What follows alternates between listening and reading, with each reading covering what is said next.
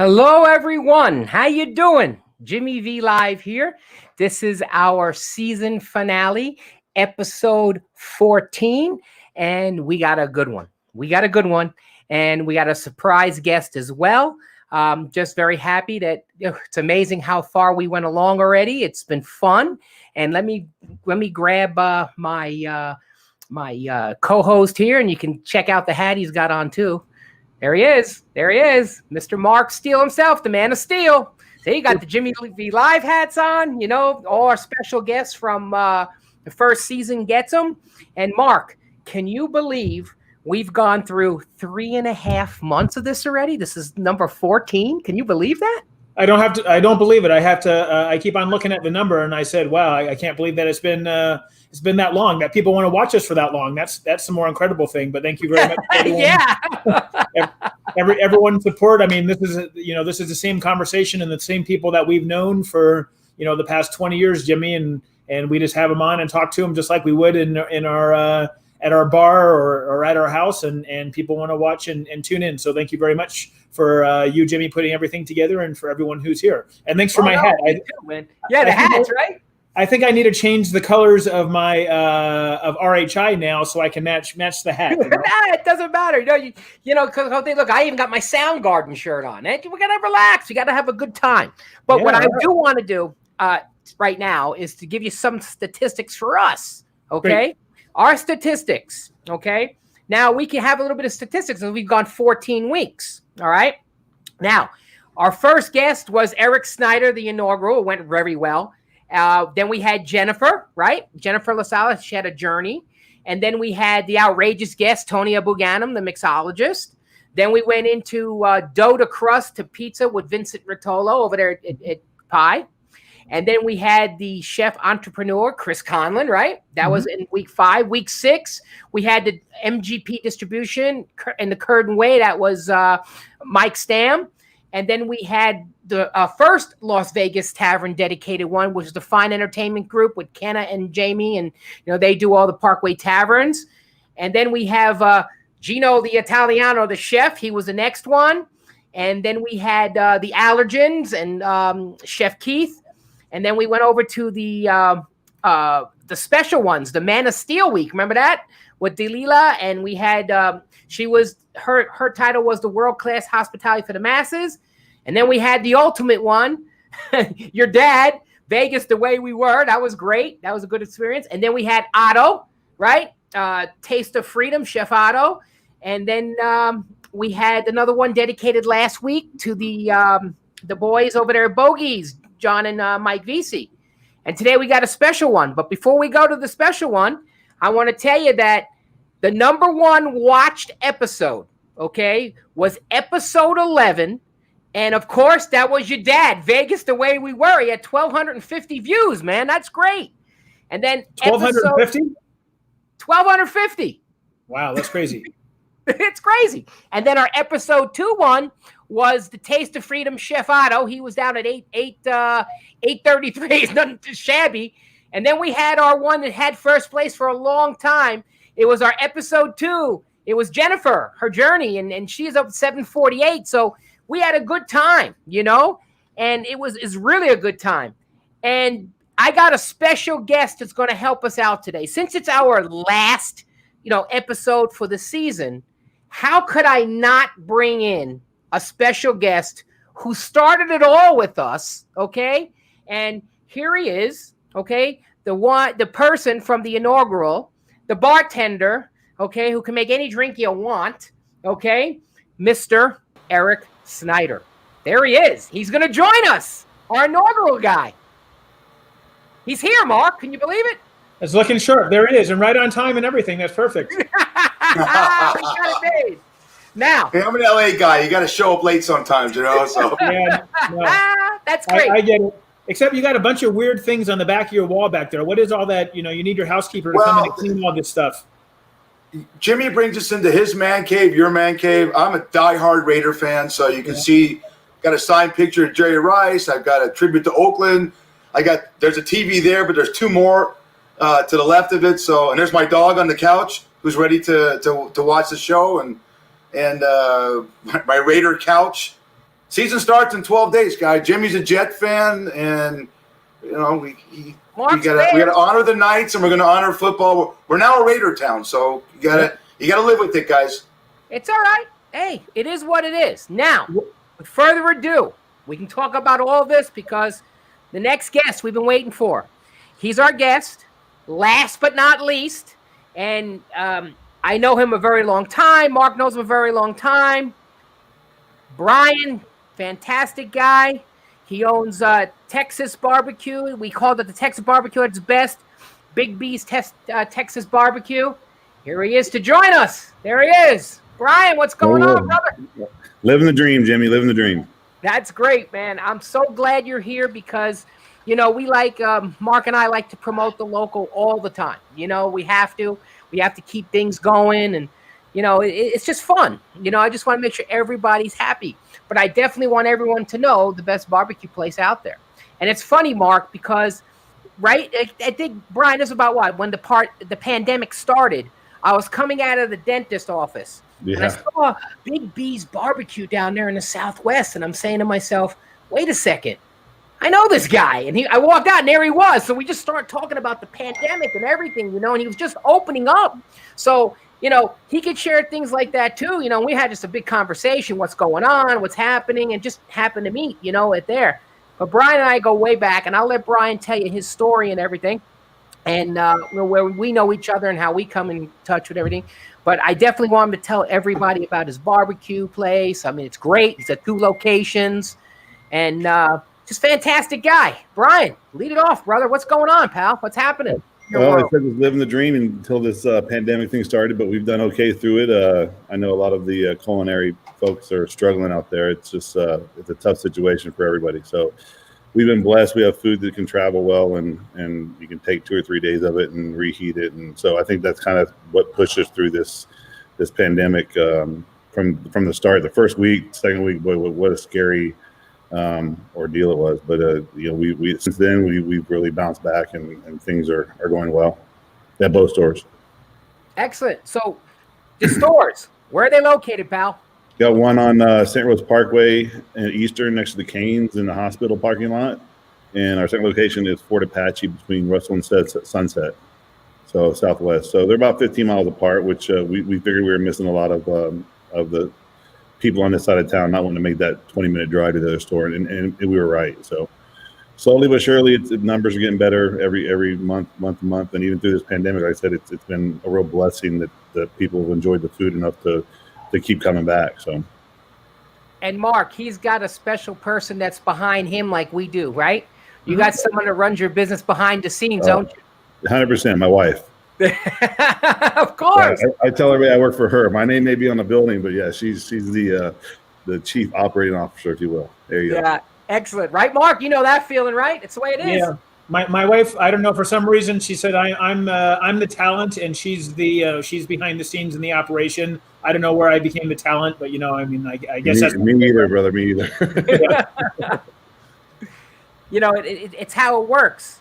But Brian, go through some of your menu items, man, because I know a lot of people out there want to know what's going on. What well, being from Texas, you know, we grew up in every Sunday, and that's kind of where my background comes in. Is every Sunday was a family day. We cook and sometimes, you know, spend 12, 14 hours drinking beer, cooking a brisket just for the final product.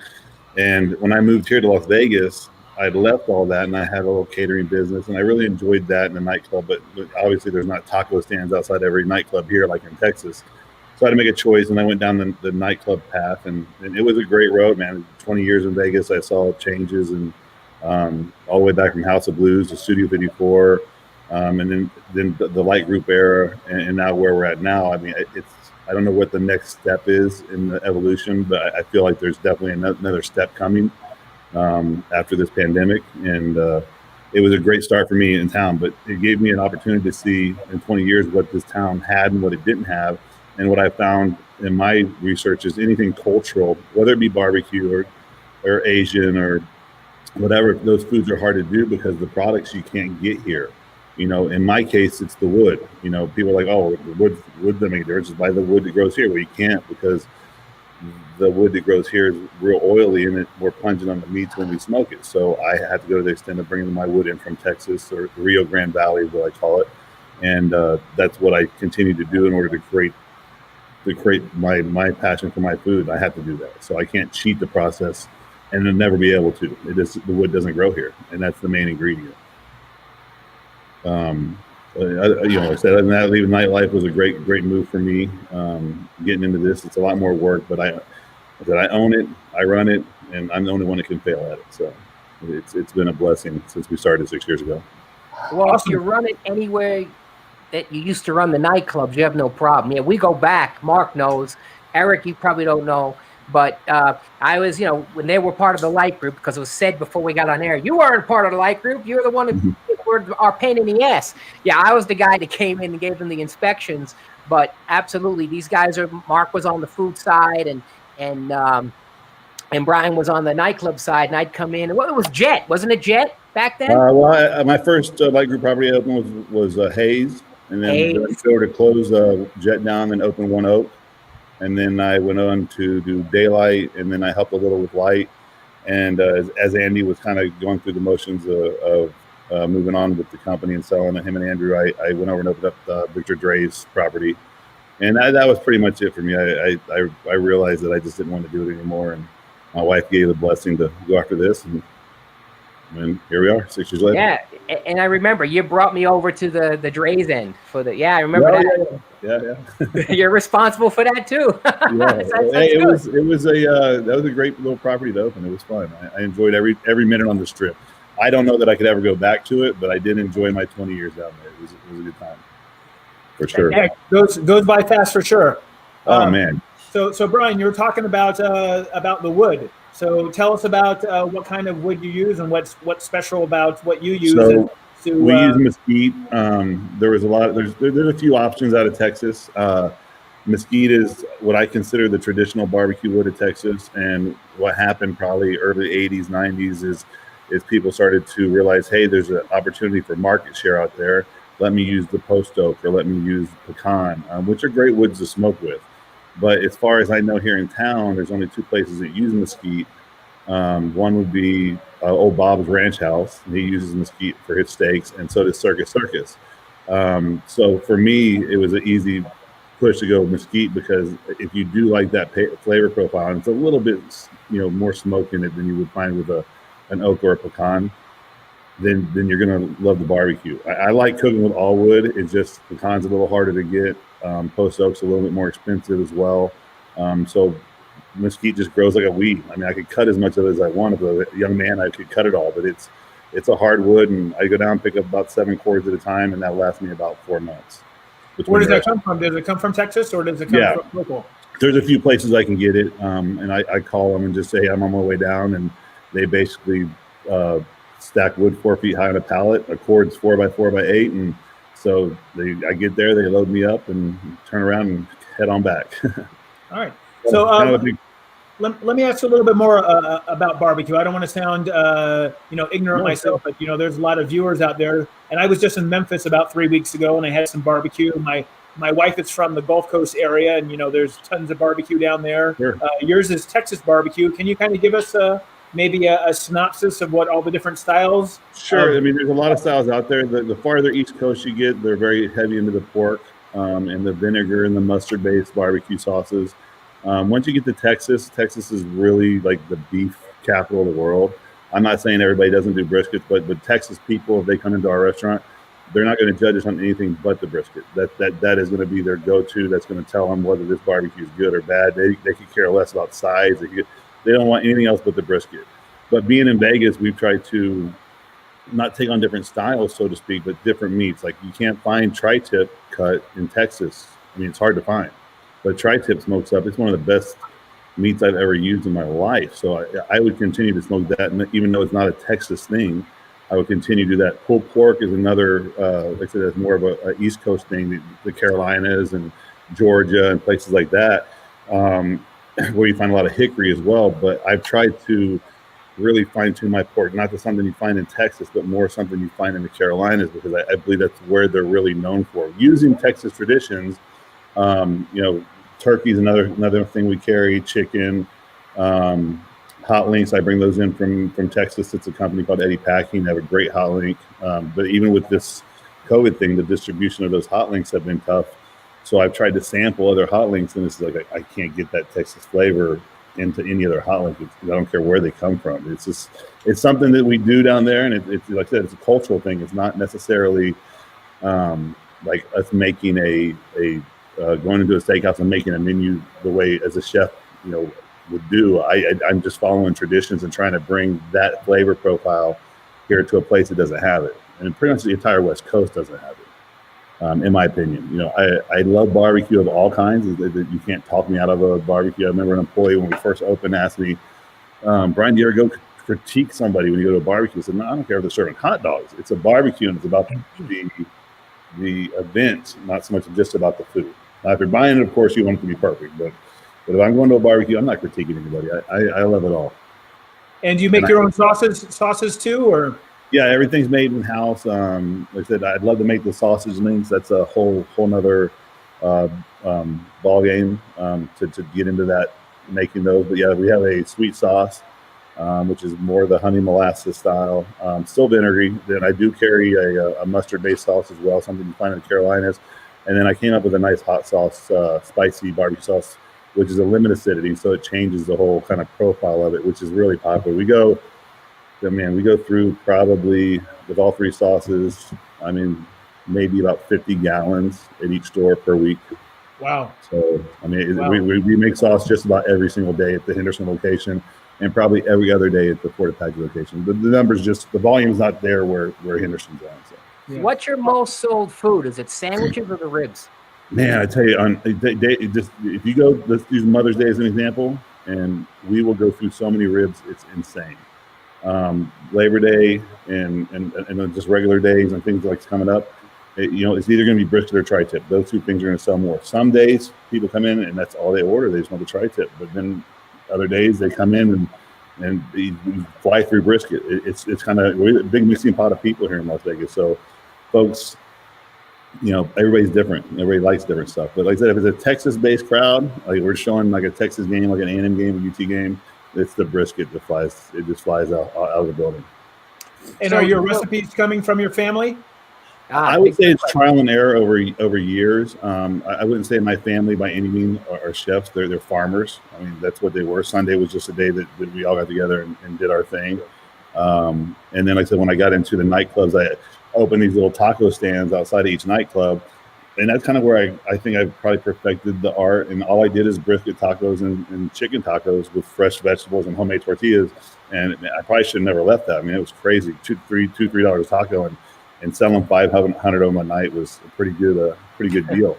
Yeah, two or three nightclubs. Yeah, so that's probably where I fine tuned it. That turned into doing some weddings and New Year's Eves and 4th of July parties, and then before you knew it, I was getting more into the barbecue than I was the taco stand, because the taco stand really wasn't the barbecue. That wasn't anything to do with barbecue sauce. That was really just nice shredded brisket and chicken and fresh tacos. Because in Texas, you drink, and then right when you're done drinking, you eat, and then you go to bed. Hey, Brian, did you ever have alligator tail? Just about, Jimmy, I think I've tried just about every meat there is, and I'll totally go ahead and say that I devote that to the Hispanic culture that I grew up with in South Texas. There's probably 5 white kids in the school. I was one of them. Every one of my friends were Hispanic. And, unlike today, we guys that worked the farm, and those guys, man, they would cook lingua and tripa. It's just amazing what they could do with just a damn disc from a farm equipment. And they put oil in it, and it's just amazing what they would make with it. And I contribute some of those foods that you're talking about now to them, because there's nothing they wouldn't try to cook or eat. Pigeon, this is crazy the things I eat. I live down there, but I enjoyed all of it, and it really opened up my mind to other cultures, and that's been a big thing to me. Wherever I go, someplace vacationing, like I went to South Africa, it was very interesting for me to see how culturally they cook their food and what was their idea of a meal. And so I really try to do that everywhere I go, and that's why I think Vegas is probably one of the hardest towns to find what your cultural food is. It's almost impossible unless you bring the items in that that you use at home to cook those foods. So Vegas is a very unique and unusual town. Absolutely. Now, when you first started this, right, when you had the idea of going full force with your barbecue place, both of them. Well, I know the first one was in Henderson. When you went out, did you go out and like scope out the as far as not so much how many businesses there were, but what everybody was doing to see if you were different from them and what would make you stand out? And I'll give Rolling Smoke some props and in the aspect that when we started this little venture, you know, we ate at every barbecue place or so-called barbecue place in town. And there was so much social media starting at that time, and people were really looking for barbecue. And that's when I kind of said, you know what, this could be a successful venture. If people are looking for an item that they can't find and you can produce it, then it could be amazing. I had no idea that we would do store 2, and now we're talking to the gentleman about a store 3 downtown. I mean, I had no idea that it was going to go that far, but it was always passionate, and I had to follow a dream, so to speak, to see if I could actually pull it off and make it. Especially, guys, I have zero culinary experience as far as anything other than me cooking at my own home or for my family. I've never done it in a restaurant. I mean, I'd say I had restaurants under my umbrella, but again, it was never a cooking. It was a numbers thing for me, you know, before. And now I'm right in the middle of being not a chef. I'm nowhere near a chef. I can't call myself that, but you got the experience behind you, which is real good. Now, Eric, you haven't met Brian. Brian, this is Eric. I know you guys joked from before we got on, but I want to ask Eric something. Eric, now we're talking barbecue and you're listening to the whole thing. What's the best beer that pairs with it? I know it's like a Mark question too. You know, I mean, you guys are I'm an outsider here. I'm the inspector of the bunch here. So you guys tell me what beers go good with it, you know, or maybe. The irony of this is, Brian, I graduated from the University of Texas. I don't think Jimmy knows this. So I graduated from Austin. Well, then so you know what beer goes with good barbecue. Lone Star. Shiner Bock. Texas. Shiner Bock. Excuse me? Shiner Bock. Shiner Bock. There you go. Yeah.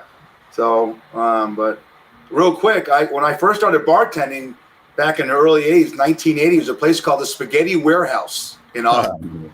Are you familiar with that place, Brian? Yeah. I'd be and I have an Italian background like Jimmy. And they served chicken Alfredo. I remember this. And the chicken was mesquite grilled. And to an Italian, that's blasphemy. So even the roots and what makes Texas great with their mesquite and their barbecue even takes roots in an Italian restaurant. So that I do remember. But yeah, I mean, Lone Star, any beer goes good with anything. So if it's there and it's barbecue, do it. And how about you, Mark? We sell more Shiner than anything. So we'll go through probably 4 kegs of Shiner a week at each location. The Shiner Bock is definitely it was a small little brewery, Jimmy, family owned. They came in and now it's all over the country. It's amazing to see the growth it's done. And they've kept it very good and consistent to what the original product was. So yeah, it's definitely our highest selling beer. Lone Star is definitely a close second though. When people see it, they got to have one. Well, I know we were talking a little bit about, about how the pandemic affected everyone. One good thing, guess who's back to work, Brian? Eric's back to work now. So he went back to work finally. And, he's in Shucks, right? You're Shucks. Okay, and that's where Eric is. And Eric will tell you where he works and all that. And I got a question for you, Eric, for sure. Do you see? I know it's only a couple days, but still, you can see the difference. You see more new, or are you getting regulars in? Combination of both. Well, we opened up for gaming on Friday, and I worked Friday and Saturday, and been off the last couple of days. But it was just good to be back and see. It was funny how everyone knows you're open, and they show up, and it was a pleasant surprise to see the volume, and that was a good thing. The problem is when you open up, instead of 15 machines, you have 7. And it's a good thing because all 7 are being played, and we still had the food. But the interesting sidebar, if you've been into a slot bar recently, is you cannot hand anything over the bar, Mark, even a toothpick.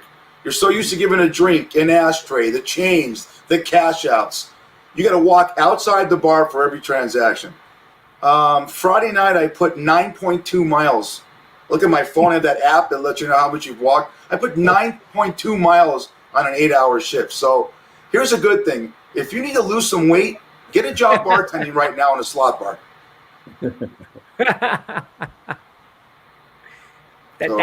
That's something. Mark, does any cocktails go with barbecue? Yeah, I mean, Jack like, and well, Coke, man. I'm sorry, what were you saying? Oh, I said sorry. Jack and Coke. I said. Yeah, Jack and Coke. I mean, but I'm gonna go back to the beer thing a little bit because I'm gonna go back on just a couple rules, that we kind of use for beer and food pairing. Is, well, number one, I mean, it's great to enjoy what you want to enjoy, but that's the rule number one. Whatever you like, if you like a glass of white Zinfandel with a big, thick barbecue ribs, go ahead and go for it.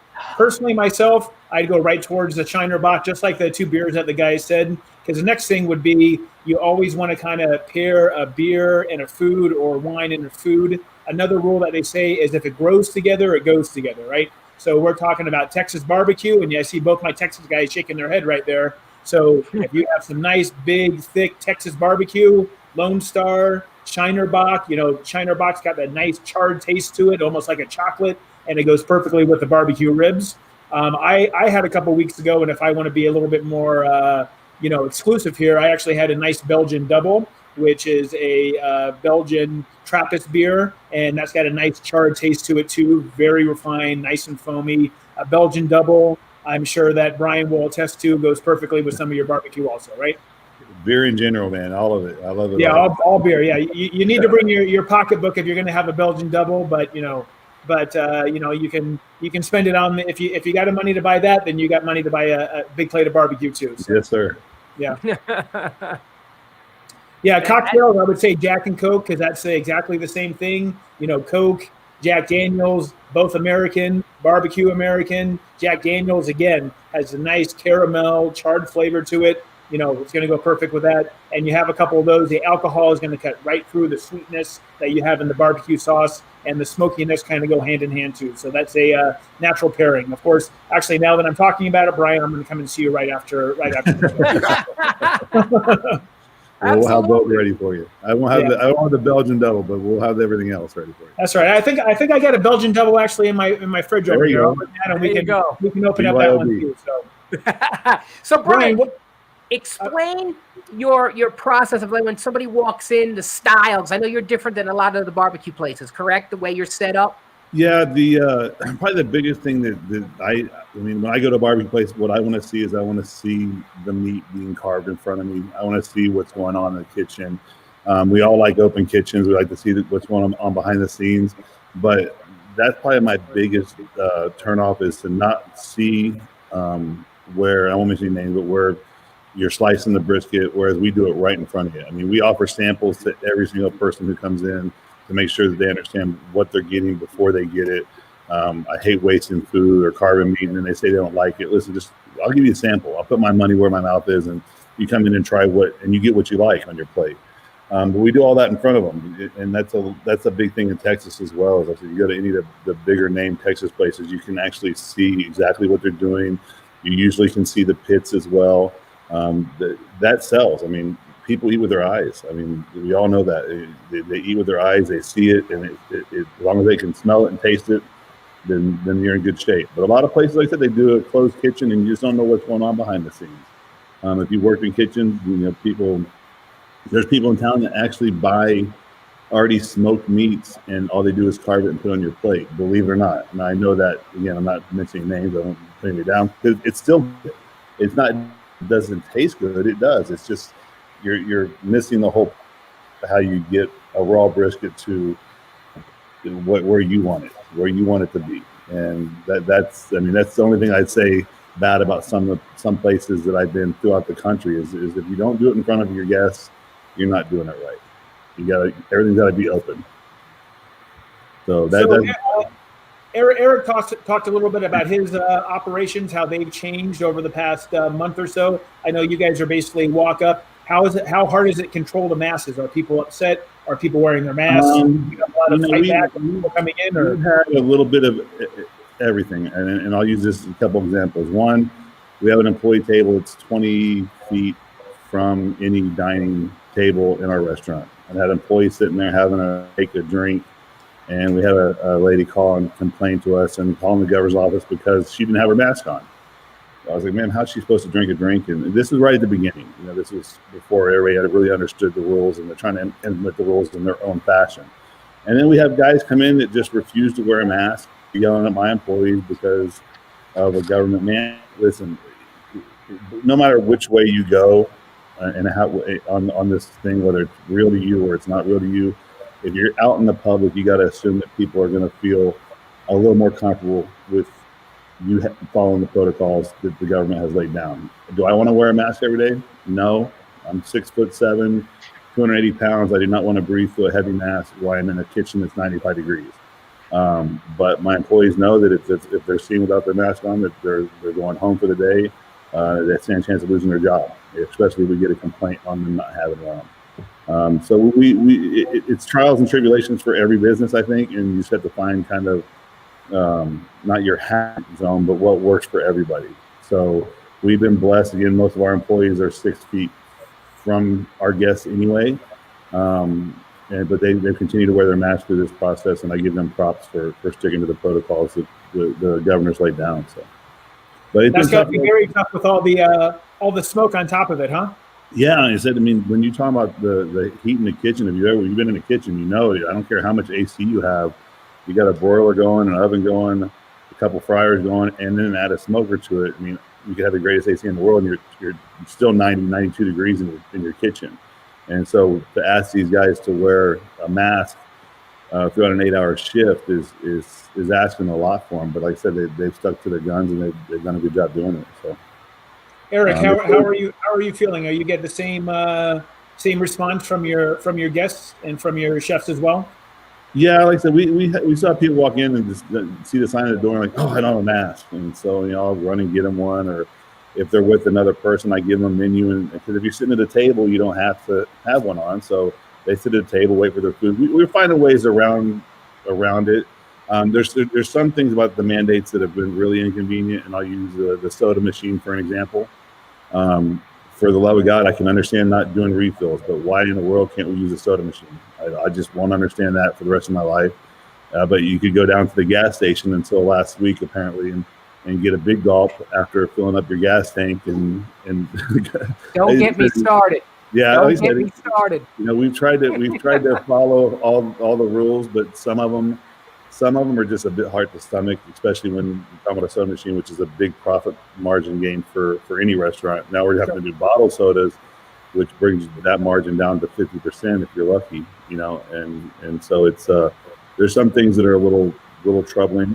How about we just get through it? We've been through 5-6 months now. Let's get through it. When I saw Jimmy, I thought maybe the restaurants were closing back in March, and you're just, how do you make it through a shutdown like this? And somehow we've done well. I mean, not well, but we've kept our head above water, and that was the goal from the beginning, is just continue the brand. Try to keep the brand going. Well, here you got a special question here from the UK. Here's our friend from the UK, Dave Evans, and he's asking, what ribs are you kind of ribs? I guess it would be beef or pork. I guess that's what he means. Well, so we do a pork babyback rib is what we serve as our pork rib. I like spare ribs, but we don't generally serve those. And then we do a beef rib. Babybacks are a little tougher to cook just because there's not a lot of fat in them compared to a spare rib. So your cooking mechanisms have to be a little bit more precise. Otherwise, you'll dry them out, and then you have a dry product. Because we put sauce on nothing as we go through the whole process. But nothing that we do has any type of sauce on it. It's a rub and smoke, and that's it. So like I said, what we do with the baybacks is, I think they're great. Not everybody does, of course, but they're very precise. And a half hour either way, we dry out the product, or have a tough product if you went the other way. So babybacks and beef ribs, Jimmy. Yeah, you got it. And obviously this is not diet food. We know that. Well, hold on. All right, I'm glad you're going to say it. Hold on. Great. No, Brian, it's great. I want you to go there. That's why I said that. Okay. I was going to ask, what are your sides? What's the reduced? Just great. Go with it, because I'm glad I asked that. We actually have 2 or 3 of the keto groups that come in and eat. The meats are very keto. My wife's in the background now. The keto diet. So that if you stick with the proteins, I mean, that you follow that keto diet right down to the T. But as soon as you step into the mac and cheese and the potato salad, you might be in trouble. So we put some green beans on the menu. We have a dinner salad. I have a few vegetarians that are trying to get me to do some smoked tofu or something. So I'm not opposed to reaching out to what is a really growing community of vegetarians. We do a nice salmon, but I'll only do that on request because it doesn't have a long shelf life. Pretty much when it comes off the smoker, for about an hour you have, and it stays nice and vibrant and pink and beautiful. And then after that, it starts to dull and goes back to a dull orange. So I do salmon for some folks for private events and things like that. Yeah, you stick to the meats, man. And we have a lot of bodybuilders that honestly come in and they eat the turkey, the tri-tip. There's no injections. There's no MSG in anything we do. It's just simply a rub. Some of the meats we trim some of the fat off. Some of the meats we don't trim any of the fat off because that's a lot of flavor in there. But if you're doing that diet there, you're in good shape at our place. That's great. No, I wanted to go there because I know what you were going to say, but it's great. You put it right out there. Now, Dave again is asking you, what's your favorite rub on the meat? You're getting a lot of pull, man. Dave, you gotta come to Vegas, man. A rub, and traditionally in Texas, honestly, a lot of times they're just going to do a nice kosher salt and nice thick black pepper on the meats. Being in Vegas, I felt the need to create something a little bit crazier just because we were on a show or something. You just want to take a salt and pepper shaker and rub it on your meat. You want it to be a little bit more exotic. So we put some fun stuff in there, like a jalapeno powder. We do a cayenne in there. Of course, brown sugar is a good rub. And so, but all our rub goes on everything except for poultry. And so we use the same rub for everything. We don't rub our pork butts prior to cooking them. That we add the rub to the meat after we pull it because it's just a little different process. But we use the same seasoning throughout the store on all of our meats. Excellent, man. That's fantastic. And and it's true. Now I don't know if you know, it's getting to the little health department world. You know that the health department's not going to come into your restaurant and say they have a COVID-19 complaint. They only do that for the hotels and the in the casinos. You're going to get OSHA or building. Okay. Yeah, we had OSHA business license. We had OSHA send us a letter. We did the fundraiser for the Officer Shea who was shot in the back of the head, which is a great fundraiser for him, and he deserved every penny we raised for him. And we had a line around the building for 7 hours. It was the most incredible thing I've ever seen. But in that, a lot of people outside of our building, not inside our building, weren't following the protocols. And so somebody decided to take some pictures and send to OSHA. So we got a letter from them. We wrote them back like, listen, I can't police. I mean, it was a police function. I can't police the police officers or what they're doing outside. I mean, I apologize, but we controlled the inner parts of our operation in our restaurant fine. It was just the outside. There was a line of people for 7 hours wrapped around a building. Wow. It was incredible. That's great. Yeah. And which leads me to you, Eric. Okay. Which leads me to you. You got to you're in the situation where OSHA is going to visit you or the business license is going to visit you on your end, and they don't really know the health code. Because and Mark can answer this too, when you guys make Bloody Marys or you do martinis, don't you put food in them? Don't you put something like an olive in there? Don't you put something like different things? Some things are shrimp. Am I correct? Absolutely. See? Yes. And the basic thing is they don't know the health code. And all due respect to them, okay? But they don't know the health code because the last time I checked, beverage is considered food. You're right. You're absolutely right. Well, everything like what's going like what Brian was saying. There seems to be new rules all the time, but we're enforced by gaming, the health department, OSHA, Steve Sisolak's private SS squad. There seems to be someone always coming in to check up on you guys. I love it. We've all complied. Brian's complied. Our bars have complied. It's. Sometimes I don't want to get political with you. Jim, you know me a long time. I know it is what it is. Sometimes I wonder if this is all about health anymore, and it's not. There's some other agenda. The bottom line is we're back to work. We're all complying, and we're doing what we have to do to keep this economy going in Las Vegas. There's 2,451 bars in Clark County and Henderson. That's a huge impact on this city. And I could imagine, Brian, how many restaurants there are, and it's a big part to the economy of the city, along with the casinos. All we ask as restaurants and bars, we want the casinos, Mark, to stay open because of the main economic impact of the city. We get that, but we want to stay open too. Well, we talked about it last week when we had some the tavern guests on from Bogies. I think that maybe while everyone was trying to figure everything out, we can see what's working and not, and close places, open them, see what's working, see how the numbers are going. But I feel like we're a good 4 or 5 months into it now that I think that keeping the taverns closed again, it's like, well, now the rules are really set. Now we really know what's going on. Now the public knows a lot more. At least give the taverns a chance. And then if you see something go up again, then we go backwards again. But at least it's time to give the taverns a full-on shot to be able to show what they're doing, or the bars at least. Not to be able to hand a toothpick over the bar is quite ridiculous. And I saw the same thing at a fine dining restaurant the other day. Somebody wanted a sample of the beer, and the guy poured it, but he had to walk all the way around and get the guy away from the bar just to hand him a sample of beer. Wait a second. I got to give a shout out. I'm sorry. I got to give a little thorn. I don't hear something in the background, guys. Where's the ambient music? Because if you had ambient music, you can go just like, all right, that's all I'm going to say. All right, keep going. I know you're going there. I know exactly where you're going there. I had to. Come on. That was great. Good. I just want, look, you guys, you're operators, like Mark says, we don't want to focus on the bad stuff. That's the way it is. It's about Brian. It's about Eric, and Eric's on the upswing coming out. Brian took it. When I met him that day, it was like, just like everybody else. It's like, back in March, it was like, man, what am I going to do? Because nobody really knew what the hell was going on. We were all kept in the dark. But you guys, how you came through it. You know what I mean? How you guys just said, you know what, we're going to stick with it because we know this industry. We know how it's going to return, how it's going to be good, and, it's just, I'm just tired of hearing all that nonsense now, and I got to because that's what I do. But it's just like, enough is enough. Open us up. Let us go. We'll do all the measures. We're going above and beyond all what is required. You guys are going crazy. You guys have great records with the health department. I could definitely vouch for you guys. There's no issues. And if there's ever an issue, you take care of it. You'll call the inspector yourself. There's not a question I don't get from you guys, So that part of it, anyone who's going to visit Las Vegas, anyone who's going to go to a place that like to visit Big B's, you have no problem with that. You're going to be safe. You're going to eat safe. You're going to drink safe in Shucks in Montana. You guys are going to be fine there. Okay, I know it for a fact.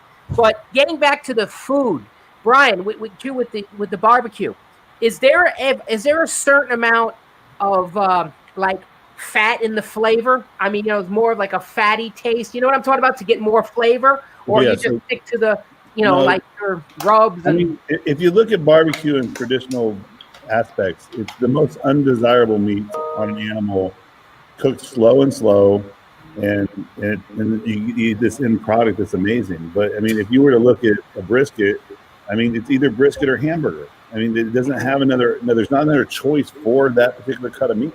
Whereas tri-tip, it's actually a good cut of meat. It's a sirloin cut, and many other uses for it, which is probably why we don't cut the cow like that in Texas. But I mean, in the simple answer to your question, fat's flavor. Not everybody wants to see the fat, but if you look at a lean brisket, which that cut doesn't have any fat in it at all, it's not going to hold as much smoke as the fatty brisket, and it's not going to be as juicy and delicious. Now, is it the healthy portion of your day? Probably not if you order a nice fatty brisket, but it is delicious.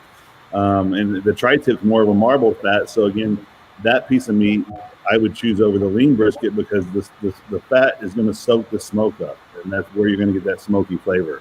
Lean meat, it melts in your mouth like butter. Exactly. You do not need a knife at our joint. That's for sure. That's the key. That's the key. That's the way it's got to be. Brian, have you come up with any kind of silver linings of all this stuff? Have you made your business be able to run a little bit more efficient, or seen some cracks that you weren't able to do? What kind of silver linings have you spent more time? I mean, the big thing was the meat shortage early for us. Brisket went from $3 a pound to $5.50 a pound, and as a business owner, we had to had to make a choice whether do you add the surcharge that everybody's talking about, or do you just bite the bullet. And we chose to bite the bullet and keep our guests and keep our brand growing, or going, I should say. But as far as operational, I think that the business model we use, we already run very thin margins on labor.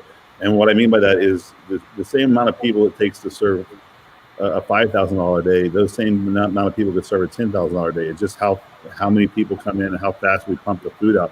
The real work is done overnight by the smokers, and that's a 12, 14-hour process where the meat just sits in there at 225 degrees and just sits there and smokes all night long. That's when the real work is done. So we've been blessed with the business model we have. I can see where other restaurants or other, when you're talking about maitre d's, bartenders, waiters, waitresses, when you get into that big of a nut on your labor costs, you have to find very tricky ways to maneuver through that, and then add meat costs to it, which, like I said, doubled in most cases. Most of the meat's doubled. And there for about 2 months, we would get up every morning, call distributors like, hey, what do you got? What can I buy?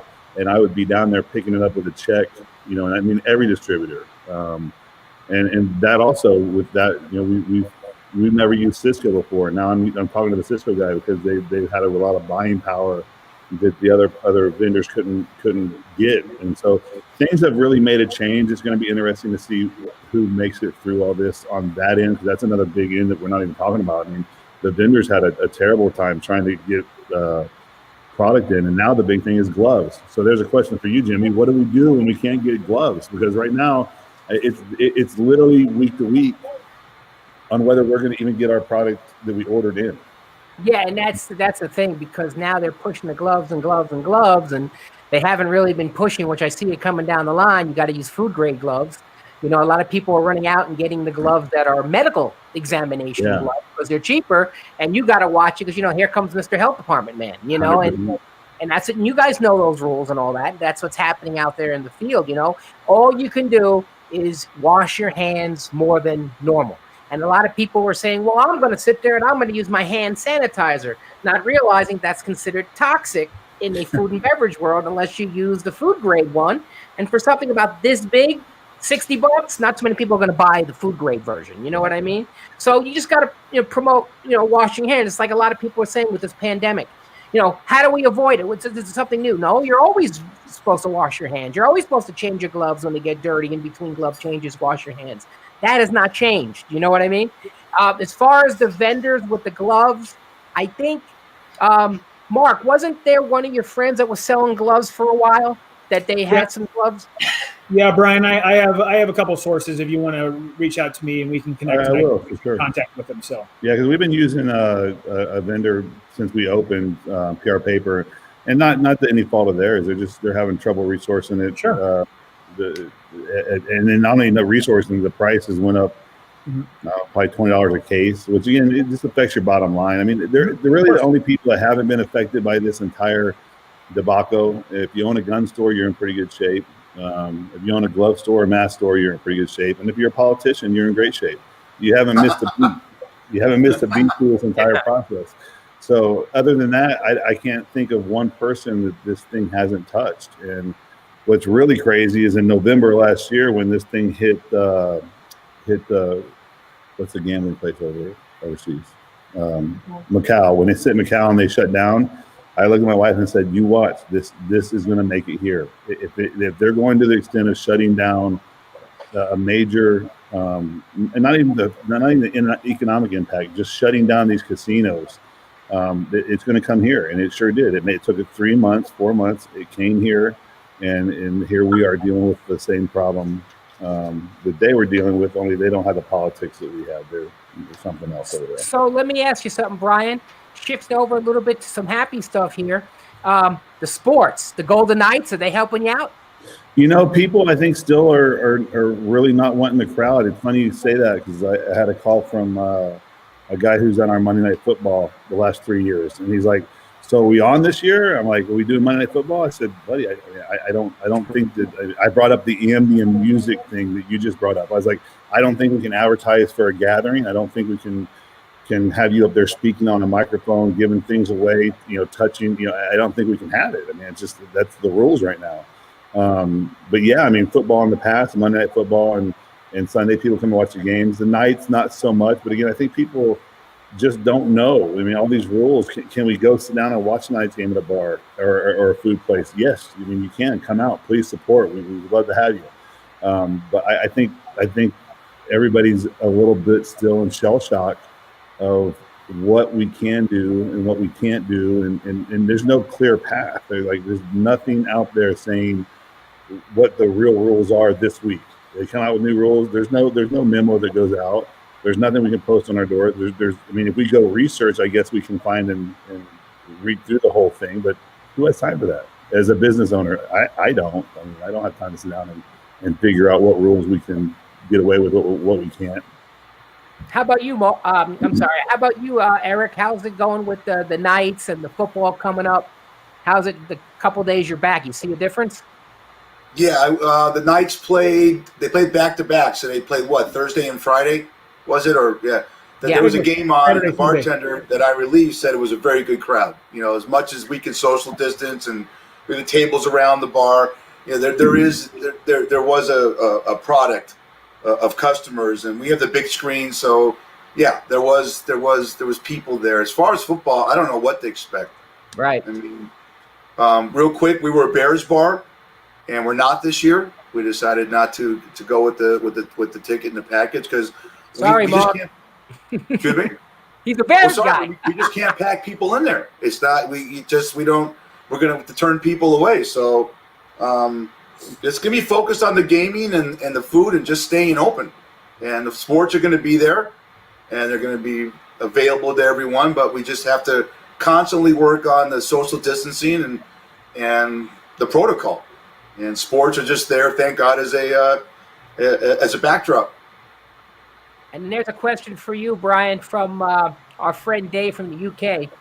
He's asking, do you guys have a cheese that you prefer for all the meats? I guess if you make somebody wants some, you have that. Do you have any cheese that adds to any of the barbecue? Is there any? I mean, I don't know. Yeah, it's a weird question. I put some cheese on some sandwiches. Different over there, you know. I mean, we do like a Texas cheesesteak, like a Philly cheesesteak, but we just use the smoked meats, and we do a provolone on that. But as far as like a nice cheese, man, I don't. Yeah, it's out of my wheelhouse. Yeah, no problem. And then Dave's got another question for you. This is for everybody. Do you think that what we're going through now will take out next year the way it's going? Do you think this is going to go into next year, what we're doing? I mean, they have a different perspective over there in the UK than us, but what do you think, you guys? What do you think the approach is here? What's your opinion? My opinion is I think it's going to get better. That's my opinion. November 4th, Jimmy. It'll all be better. That's what everybody's saying after our election. I mean, I personally, you know, I think that if you watch like the news and not that I'm a big news, I don't have cable here at my house. I just refuse to deal with it. But if you watch those headlines, like those are dwindling, and they're more and more they're falling off the beaten path. And now this whole CDC thing where they came out and said the COVID really didn't kill that many people. I don't know the truths and the non-truths to it. It just if it turns out that this was some big crazy hoax, it's crazy what they put the American people through, and not just Vegas. I mean, just everybody. It's crazy what we've all been put through. If this doesn't turn out to be what it was portrayed. No, I'm with you. I'm with you on all of that for sure. Mark, your time for your question, my friend. All right. Well, now this really holds true to Brian. Now that he spent 20 years in the nightclub business here in Las Vegas with a nightclub, I mean, with Dre's and Light Group, and everything under the sun. So we always ask a lot of our guests, actually every single one of our guests, to give us a Las Vegas story. Obviously, we've all been here for a long time, and there's things that happen in Las Vegas that you probably wouldn't even be able to relate to, even if you were in the same business. In a different state or even a different country. So especially you being around all the celebrities and drunk people until 3 o'clock in the morning, 4 o'clock in the morning, give us a Las Vegas story, maybe about a celebrity or gambling or just anything at all that you wouldn't believe unless you actually lived here and you worked here. There probably are more than I could recall, but I mean, it was an amazing 20 years of meeting some amazing. Whether I liked their music or whether I didn't like their music or I like, whatever it was, whoever it was amazing to meet so many celebrities. Michael Jordan. I can't even bring up all the celebs I met. Kim Kardashian, when she was our New Year's Eve guest for One Oak. Probably some of the more interesting people I say that I've met over the years, like Snoop Dogg was a very interesting individual, very down to earth, extremely polite. Not that you should expect anything else from it, but with that type of that music genre, a lot of times there's a lot of thuggy stuff. But he was a welcome, it was nice chatting with him. He was a cool guy. But there's a lot of people like that. I just can't really recall it up to the forefront of my mind. I guess I met so many people over 20 years. It was an unbelievable experience. The entire experience from the year I got here in 1998 to the year that I stopped doing it, 2014. And now I'm off the strip, but my wife has a hard time driving me back down there because she's still in the environment and still works at the Rim properties. So I listen to her. I live through her on nightclub stuff, but it was a pretty unique environment. I don't know what's to come of it now. It'll be interesting what comes out of this. I use 9/11 as an example of what really jump-started in my mind, the nightclub capital of the world. In 9/11 hit, we had kind of the same thing where the strip was just dead for a month. Although it wasn't shut down, it probably should have been. It was brutal.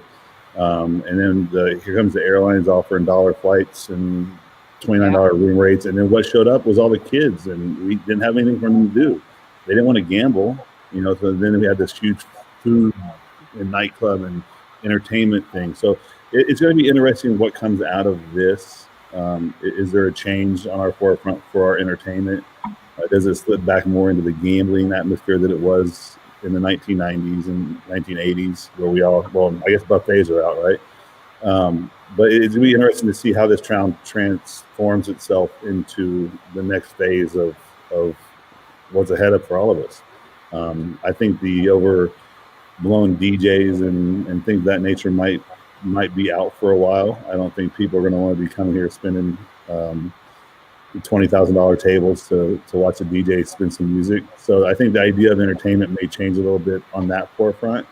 But again, for me, the most amazing thing was to be able to experience the last 20 years, and now to be able to experience this and see where it goes from here. That's great. And you know what? Because this is our final, our 14th episode and our finale, Mark, I'm going to answer that question, and then Mark's going to answer his own question for everybody. Mine kind of relates with Brian. Now, Brian, I don't remember if this was Jet or if this was One Oak, but they had the band playing for Pitbull, okay? Mm-hmm. So I'm doing my inspection. Remember, I used to do them in the AM. Yeah. I'm doing inspection. I'm hearing the music going. I'm saying, oh, this is cool. I know who this is. So I call my wife, Sonia, and I hear the music. She says, what? So then I go inside the walk-in unit, okay? Remember the walk-in unit on the side, and there's his birthday cake, okay? Now, of course, we all know it's against, but that's Pitbull's birthday cake. I'm not saying a word. And here's my kick. When I walk out of the walk-in, who do I walk into? Pitbull. And you know what he asked me? Where's the restroom? So that's my big story that I have for my experience with Las Vegas. How about you, Mark?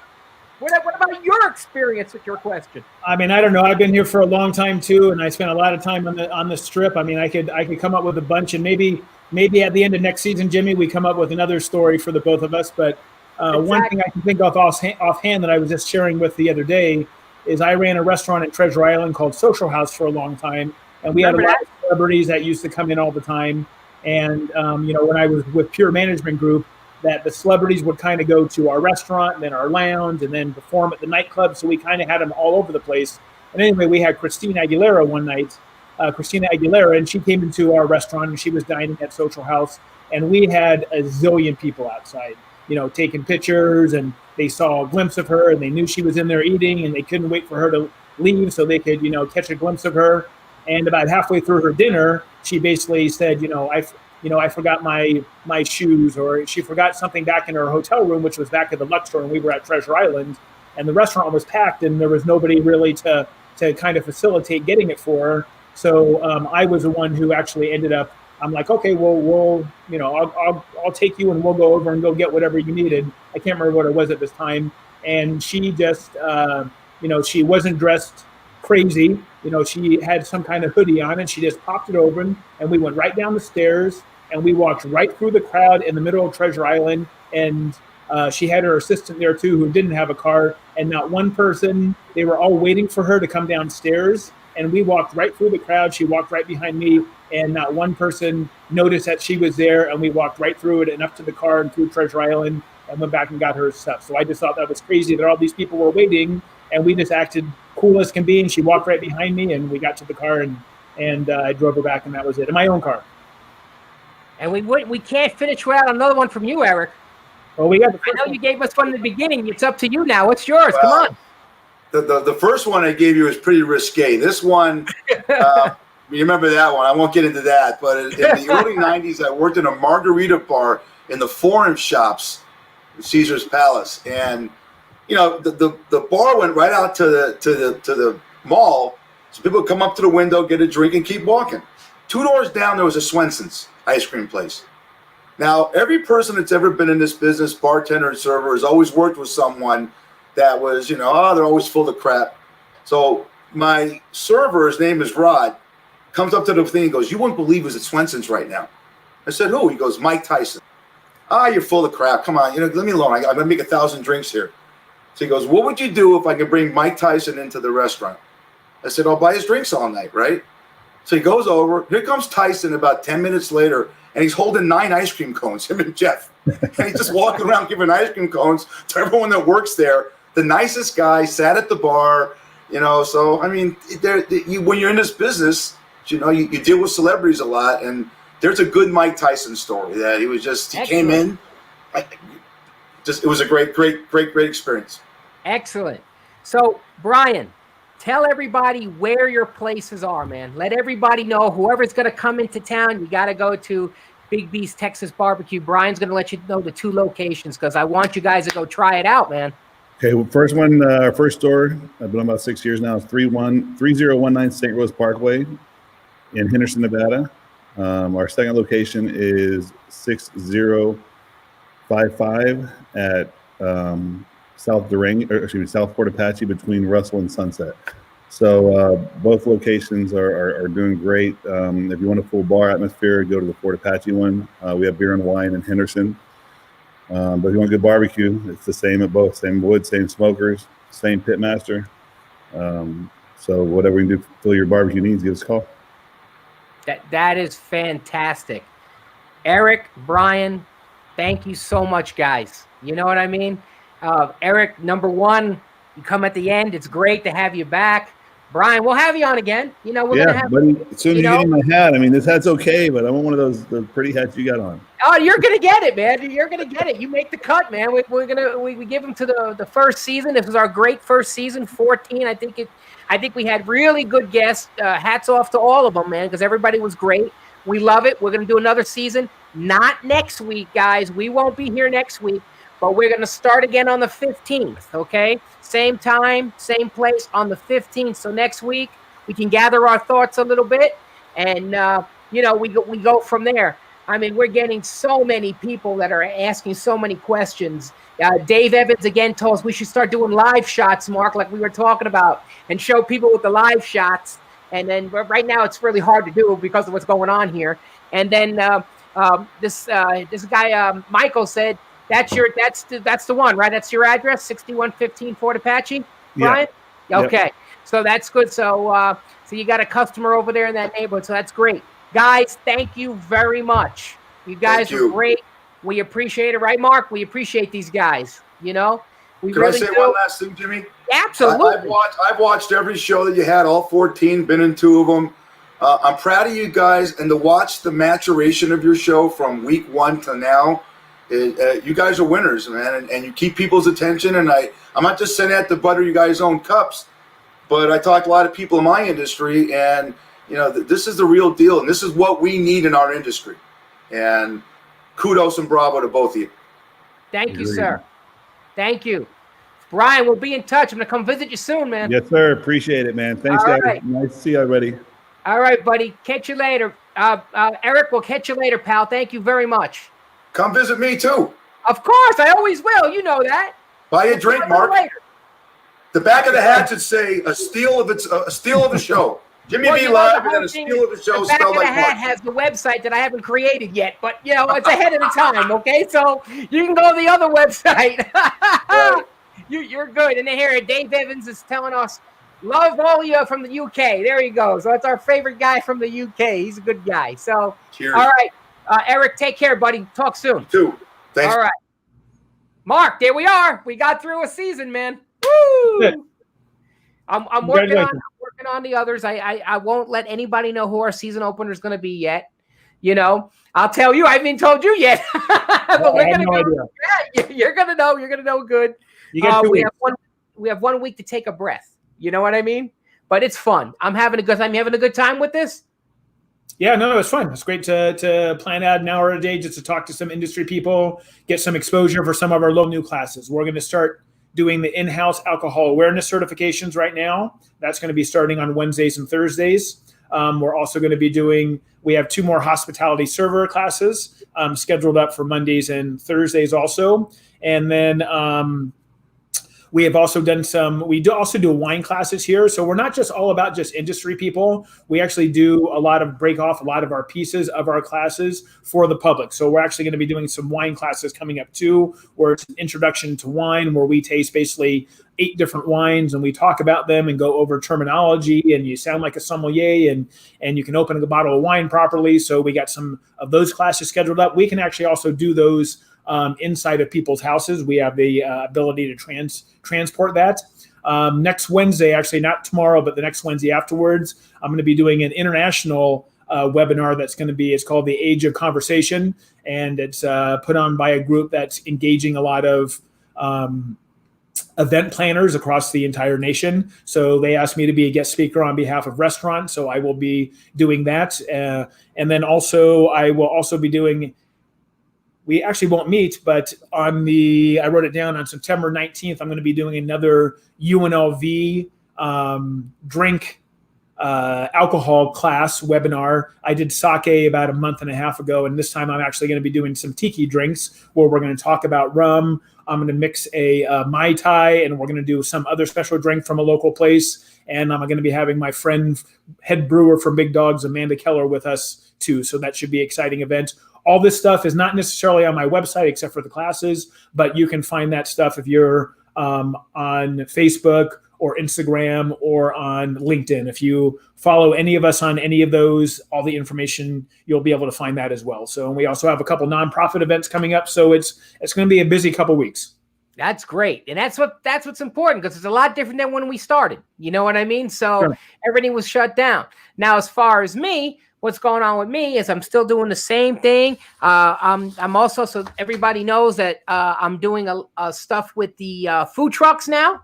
So you guys are you can get a lot of information on the food trucks, a lot of health department information. I'm working closely with the health department on everything that's going behind the scenes that I don't share on the webcast here, because I don't want, it's just too much interaction with the politics and all. But there are things going on behind the scenes. There has been some leadership changes that's really good. Some people have moved lateral, which we still have some of the same people, but the biggest thing is that I'm there for everybody. You can see the information. I still do it. A couple casino places have called me already, and I can't say who they are. And we're talking. And basically, a lot of my original clients that I have are still doing the same thing. People are starting to open up. People are, kind of scared. It's new people, a lot of questions. Again, there's my information. Anybody can reach me all the time. There's the webpage. You guys got Mark's stuff.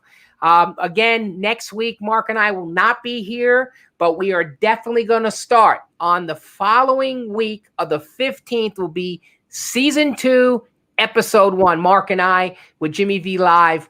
And thank you, everybody, for a fantastic season. Number 1, 2, and 3 guests that made our top list of all the views. Thank you very much. We will be back, and we're going to take care of our industry, and we'll be back. So till then, Mark, I know I'll talk to you in between the time, but again, September 15th, Tuesday, September 15th at 2 o'clock, we'll be on again. Thank you, everybody. Thank you very much. Mark, have a great week. Okay, Thanks for watching. bye bye.